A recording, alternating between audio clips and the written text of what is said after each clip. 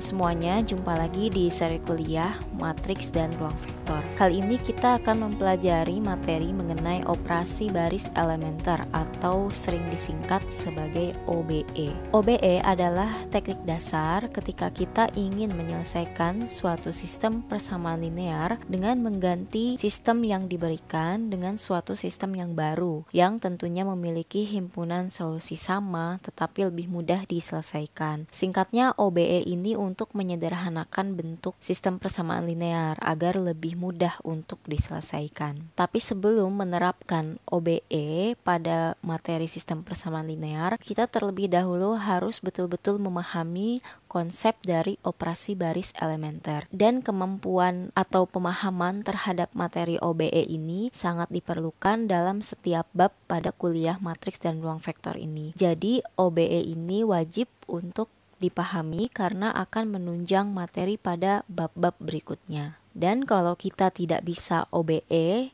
maka kita sama halnya seperti ingin menjahit tapi kita tidak punya jarum, kita tidak punya toolsnya. Oke, kalau begitu kita langsung bahas seperti apa operasi baris elementer. Jadi ada 3 jenis operasi yang boleh dilakukan pada operasi baris elementer. Oke, kita akan bahas satu persatu.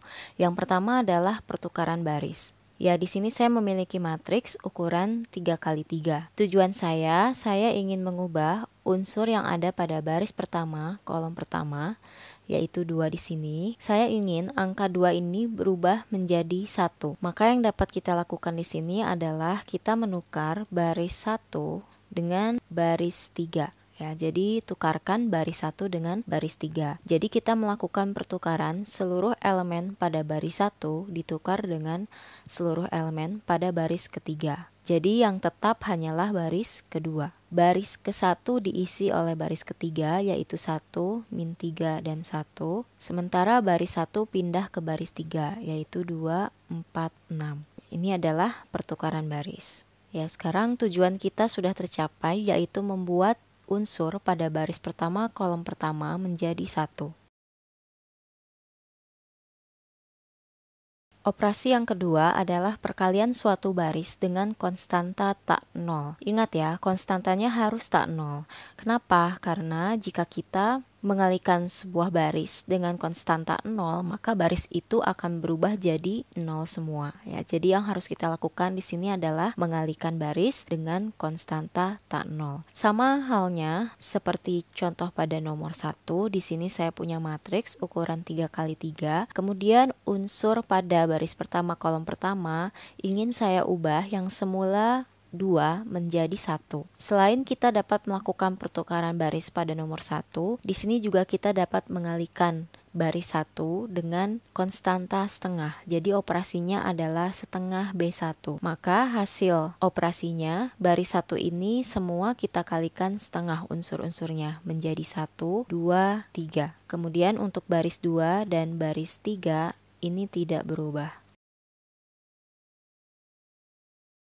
Dan operasi yang ketiga adalah penjumlahan hasil perkalian suatu baris dengan konstanta tak nol terhadap baris lain. Atau untuk lebih jelasnya, yaitu penjumlahan suatu baris dengan kelipatan baris lain. Dan operasi yang ketiga ini termasuk operasi yang membutuhkan ketelitian yang tinggi. Karena seringkali kita salah menghitung, padahal angka-angka yang digunakan di sini hanya angka-angka sederhana. Contohnya di sini saya punya matriks berukuran 3x3 dan saya ingin mengubah unsur yang ada pada baris 2 kolom 1 yaitu 2. Di sini saya ingin mengubahnya menjadi 0. Tentunya untuk mengubah 2 menjadi 0, kita tidak bisa melakukan operasi yang pertama yaitu menukar baris di sini karena tidak ada baris yang memiliki unsur 0. Kemudian juga kita tidak bisa mengalihkan baris ini dengan konstanta 0 karena menyalahi operasi yang ada pada nomor 2. Maka yang dapat kita lakukan adalah kita melakukan operasi yaitu negatif 2 dikalikan B1 ditambah dengan B2, yaitu kita menjumlahkan suatu baris yang dikalikan dengan suatu konstanta dengan baris lain. Perlu diperhatikan bahwa nanti baris yang akan berubah adalah baris 2. Jadi di sini baris 2 akan berubah unsur-unsurnya. Karena baris kedua yang berubah, maka baris 1 dan baris 3 tetap. Ya, kita akan lakukan pelan-pelan. Min 2B1 tambah B2. Mulai dari unsur yang pertama, min 2 kali B1, artinya min 2 kali 1, min 2, tambahkan dengan 2. Maka di sini jadi 0. Lanjut, min 2 kali 2, min 4, kemudian tambahkan 2. Atau saya tulis di sini, min 2 kali 2 ditambah 2. Hasilnya adalah min 2. Lanjut, unsur yang ada pada kolom ketiga, min 2 kali 3 ditambah 1. Min 2 kali 3 tambah 1, yaitu min 5. Contoh berikutnya, saya ingin melanjutkan matriks ini untuk di OBE, yaitu tujuannya adalah menolkan unsur yang ada pada baris 3 kolom pertama. Maka di sini kita dapat melakukan operasi, yaitu negatif 1 kali B1 ditambah B3. Maka di sini B3 yang akan berubah. Dan untuk baris lainnya tetap. Oke, kita lakukan pelan-pelan. Min B1, min 1 ditambahkan dengan 1. Jadi 0. Kemudian min B1 yaitu min 2 ditambah min 3. Hasilnya adalah min 5. Lanjut lagi, min 3 ditambah 1, min 2. Ya, ini adalah jenis OBE yang ketiga. Ya, berikutnya kita akan membahas beberapa sifat matriks hasil OBE. Oke, kita mulai dengan yang pertama, yaitu pada baris tak 0, maka unsur tak 0 pertama adalah 1 dan dinamakan satu utama. Untuk nomor 1 ini, contohnya, misalkan matriks hasil OBE, seperti ini, maka unsur tak 0 pertama yaitu 1 yang ditemui pada baris tersebut menjadi satu utama. Ya, jadi ini namanya adalah satu utama. Kemudian pada baris kedua, setelah 0 kita bertemu 1, maka ini adalah satu utama pada baris kedua. Dan berikutnya untuk baris ketiga ini adalah satu utama. Untuk sifat yang kedua, pada baris yang berturutan, baris yang lebih rendah memuat satu utama yang lebih ke kanan. Ya, kita bisa lihat dari contoh pada nomor 1 ini, di mana semakin ke bawah, maka satu utama itu posisinya menjadi lebih ke kanan. Atau di sini kita buat contoh baru, yaitu misalkan 1, 2, 3, 4, 0, 0, 1, 0.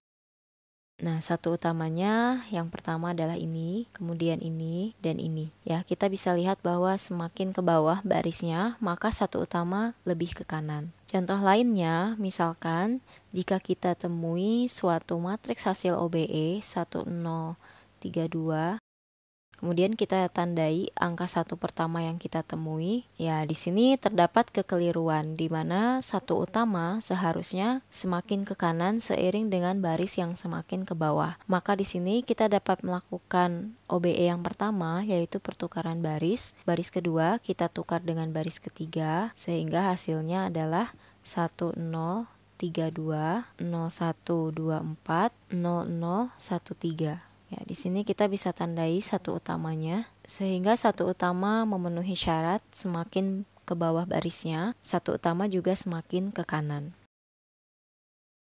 Untuk yang ketiga, yaitu jika ada baris 0, yaitu baris yang semua unsurnya 0, maka diletakkan pada baris paling bawah. Maksudnya di sini adalah jika kita menemukan matriks hasil OBE seperti ini, 1301, karena pada baris 2 terdapat baris 0, maka kita harus melakukan pertukaran baris agar baris yang semua unsurnya 0 ini terletak paling bawah. Jadi kita tukar baris 2 dengan baris 3 menjadi 1301, 0013, dan 0000. Ya, ini adalah satu utama. Untuk yang keempat, yaitu pada kolom yang memuat unsur satu utama, maka unsur yang lainnya adalah 0. Dan ini berkaitan dengan dua poin penting di bawah, yaitu jika matriks dinamakan eselon baris, yaitu jika dipenuhi sifat nomor 1, 2, dan 3, di mana proses ini kita sebut sebagai proses eliminasi Gauss. Kemudian apabila matriks dinamakan eselon baris reduksi, yaitu jika dipenuhi semua sifat. Jadi untuk matriks eselon baris kita singkat menjadi MEB, dan untuk matriks eselon baris reduksi kita singkat dengan MEBT. Ya, di mana perbedaannya kita lihat contoh berikut. Misalkan ini adalah matriks hasil OBE. Kemudian satu lagi adalah Ya, kita bisa lihat untuk matriks yang pertama ini, satu utamanya semakin ke bawah barisnya, satu utama semakin ke kanan. Kemudian di sini juga tidak ada baris 0. Maka ini kita namakan sebagai matriks eselon baris. Sekarang kita lihat contoh yang berikutnya. Satu utamanya ada di sini. Dan kita lihat bahwa matriks hasil OBE ini juga memenuhi sifat yang keempat, yaitu pada kolom yang memuat unsur satu utama, maka unsur yang lainnya adalah 0. Ya, kita lihat untuk kolom pertama, selain satu utama adalah 0. Jadi di atas dan di bawah satu utama ini adalah 0. Sementara untuk kolom keempat ini karena tidak punya satu utama, jadi boleh diisi dengan angka apapun. Maka ini adalah contoh untuk matriks MEBT atau matriks eselon baris tereduksi. Ya, sekarang kita akan bahas contoh soal berikut. Tentukan apakah matriks berikut merupakan matriks eselon baris atau matriks eselon baris tereduksi. Ya, untuk langkah pertama adalah kita memberi tanda mana yang menjadi satu utama. Untuk matriks A, satu utamanya adalah ini. Kemudian kita lihat pada kolom yang memuat unsur satu utama, apakah unsur lainnya 0, dan setelah kita lihat, jelas untuk matriks A, di bawah dan di atas satu utama, unsurnya adalah 0, maka untuk matriks A termasuk matriks eselon baris tereduksi. Lanjut untuk matriks B, satu utamanya adalah yang diberi tanda merah, kemudian di sini kita lihat bahwa unsur-unsur yang berada di atas satu utama ini tidak sama dengan 0, ya, seperti yang ini. Nah, ini belum 0, maka ini adalah MEB atau matriks eselon baris. Untuk matriks C, satu utamanya adalah ini. Kemudian di atas satu utama ini tidak sama dengan 0, maka ini adalah matriks eselon baris. Lanjut yang D, satu utamanya adalah ini. Di bawah dan di atas satu utama sudah 0, maka ini adalah MEBT. Untuk nomor E, satu utamanya adalah ini. Dan ini masih ada unsur di atas satu utama yang tidak sama dengan 0, yaitu yang ini ya. Jadi ini adalah MEB. Lanjut terakhir yang F. Kita bisa lihat di bawah dan di atas satu utama unsurnya sudah 0. Maka yang F ini adalah MEBT. Ya, semoga sudah paham dan bisa membedakan mana matriks eselon baris dan mana matriks eselon baris tereduksi. Sekian untuk video kali ini, kita akan lanjut lebih lengkapnya mengenai OBE ini di video berikutnya. Terima kasih sudah menonton video ini.